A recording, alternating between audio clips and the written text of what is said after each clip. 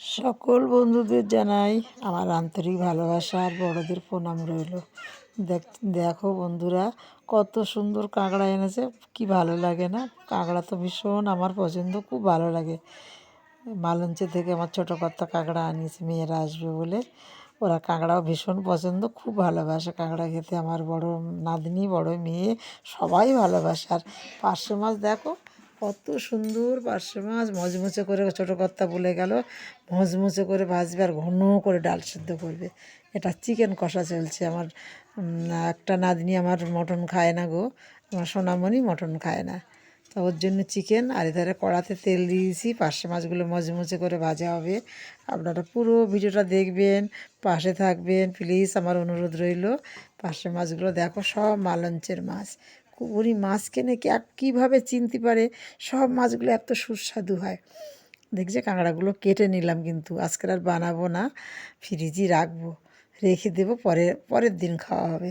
কাঁকড়াগুলো ঘি আছে গো, ঘি নেই এমন কোনো কথা না, সবটাই ঘি আছে, দুই একটা একটু ঘি নেই, সুন্দর ঘি আছে। আর এতগুলো ডাঁড়, চেবাতে দাঁত ভাঙবে যার। আমার আবার নোড়া দিয়ে সবাইকার ভেঙে দিতে হবে, খা সবাই।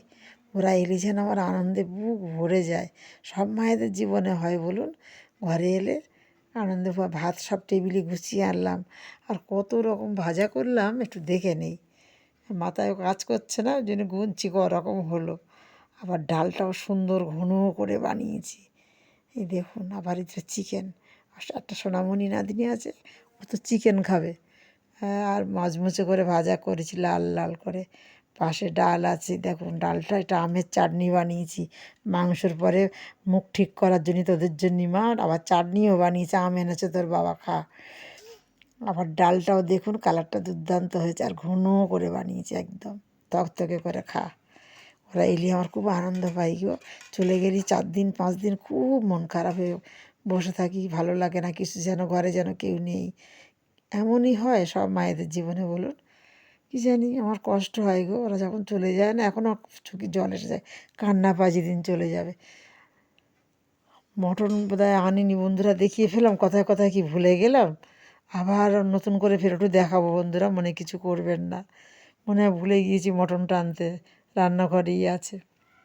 এই যে এনেছি, এইবার মটন এনেছি। দেখুন বন্ধুরা, ভালো থাকবেন, সুস্থ থাকবেন, অবশ্যই শরীরের দিকে খুব যত্ন রাখবেন। কার্তিক মাসের ঠান্ডা, আমার কিন্তু ঠান্ডা লেগেছিল ভীষণ, শরীর খারাপ, কদিন গলা খুসখুস, গলা ভার, কথা বলতে পারছি না। মটনের কালারটাও সুন্দর হয়েছে, কথা বলতে বলতে আবার ভুলে যাই কিছু বলতে। আমের চাটনিটাও সুন্দর হয়েছে, ডবল করে আবার একটু দেখালাম, সালাডও বানালাম।